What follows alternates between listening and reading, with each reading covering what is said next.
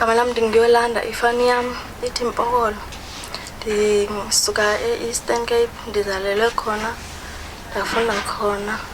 Ndizalwa nguMampinge, ndizalwe ngo-1999. Then ndamuva ndaya e-Cape Town. Ndafika e-Cape Town ndahlala nesister yam. Ndazojoyina ikhosi eVukuzenzele. Then into endifuna phaa kuVukuzenzele, ndifuna iskill sokukwazi ukuthetha nabantu, ndikwazi ukucommunicate abantu, ndikwazi ukuthetha phakathi kwabantu, ndingabi nentloni. Into endiyithandayo, ndithanda isport, ndithanda umculo. Then i-topic yethu from Vukuzenzele, it's why us black suffer and land. To the world, beautiful people out there, I go by the name Asanda, Ndudula, my surname, clear name Uskosana. Ndizalwa intombi yaseMabheleni, Nompumelelo. I was born 1987 in a small village in Eastern Cape, Etikeni, Kwamavuso, close to Efforte. I grew up Port Elizabeth, New Brighton, in Ngolombe, it's one of oldest township in Port Elizabeth.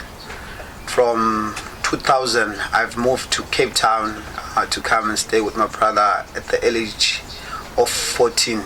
I've been living in a place called Vrygrond. Vrygrond is a diverse place that has like a multi-racial, from blacks, coloreds, and also other native countries that surround us in Africa.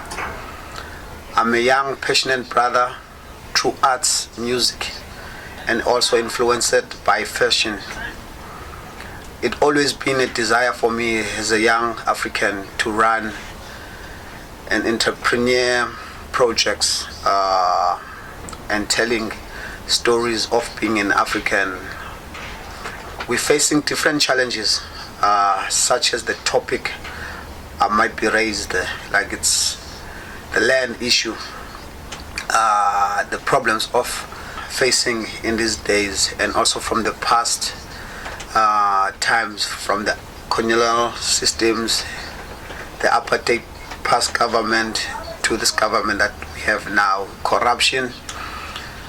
I'm going to be doing a small interviews with different people, trying to find and source how can we come up with like clear resources that can help us as black communities, raising a topic such as like Black Lives Matters, from where people get moved by force by metropolis government, and where it went wrong. How can we change our society?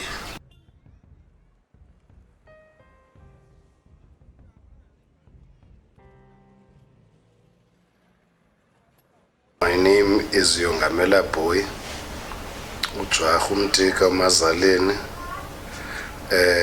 originated, I'm from East London. I'm a South African by birth, and I'm now living in Cape Town, in Vrygrond, the name of the community. I am the developer. I am the chairperson of the Vrygrond Community Development Forum. I am the chairperson of the Land Reform Committee in Vrygrond, and I also serve as a chairperson of a small-scale fishing communities in the Western Cape.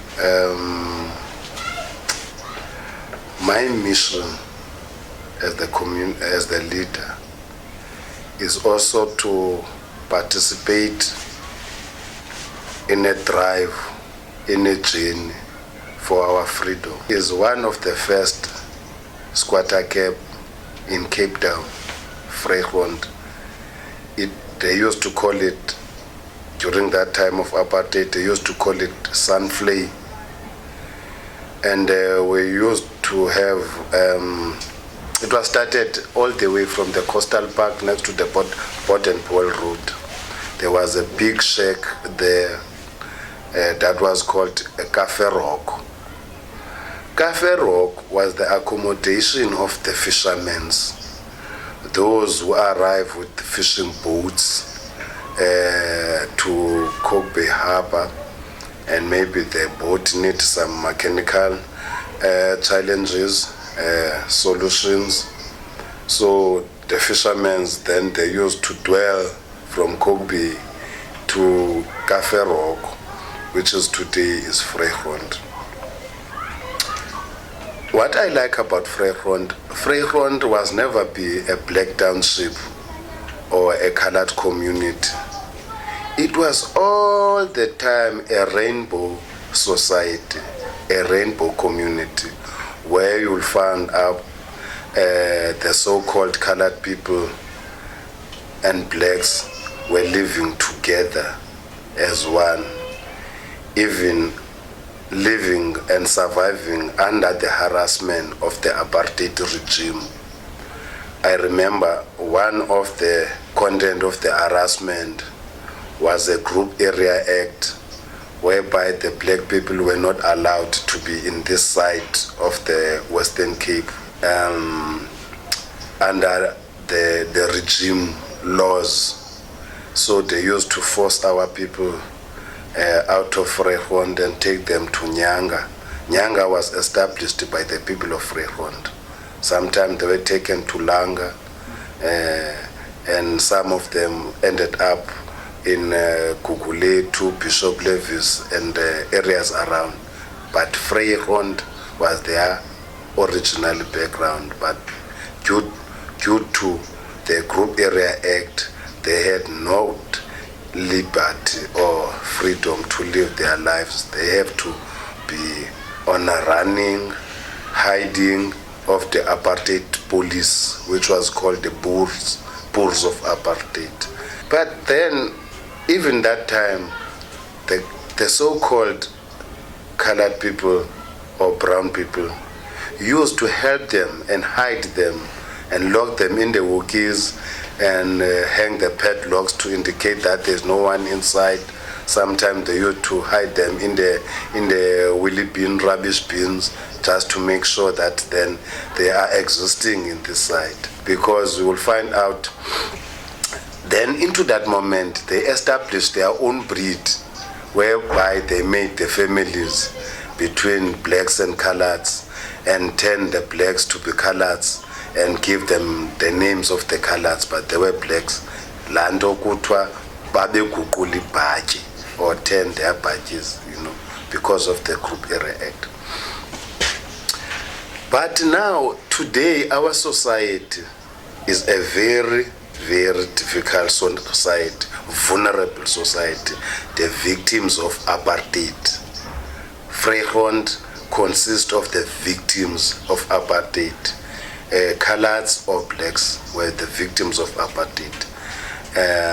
Even today, you will see our government never take the concentration in terms of the reparation of the damages of apartheid in Vrygrond.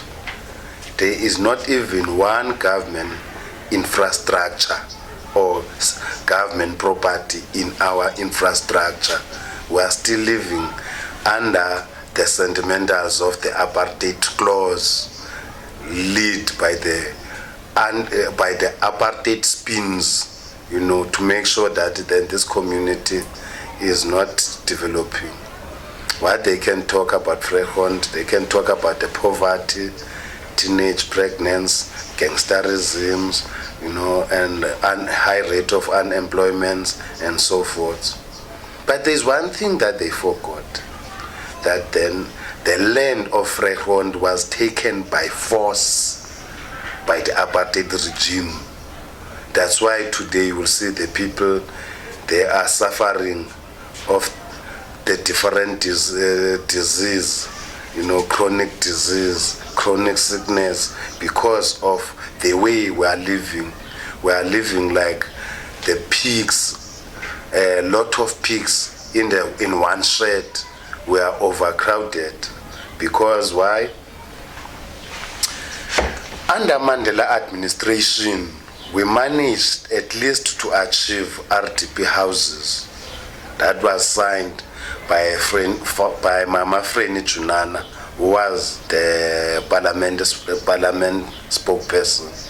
It was the end. We built the school by ourselves. We built some of the structures within the infrastructure by ourselves. Government is just doing nothing. Only when you see then is that time of vote and land development. I believe that that is a task that we need to engage and to make sure that it goes successful. Why? Because the land of Frekhond belongs to the people of Frekhond. Frekhond is an indigenous community. We've got enough land to accommodate whatever it is required by the community. I'm talking about the schools, the sport, police stations, clinics, youth-oriented centers, and so forth. We've got the land. Greetings to Vukuzanzele and the young youth of Frekhond community. And thank you for having me. I would like to introduce myself. I am Sindile Shadrach Makas, a community resident, came here for better opportunities. And currently, I am working for the Department of Local Government, Provincial Western Cape, under the Social Ranking Services. I will not go so far as to where it all went wrong. The current situation that we are facing the world, which is the surfacing of the COVID-19, just at the time of the surfacing of the fourth industrial revolution, actually teaches us the fact that there is no one better than the other, because we are all dying. And therefore, those who were trapped,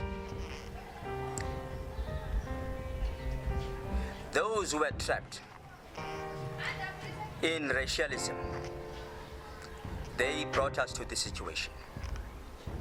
Hence, we had all of these Land Act of 1917, forced removals, and the rule and divide, or divide and rule.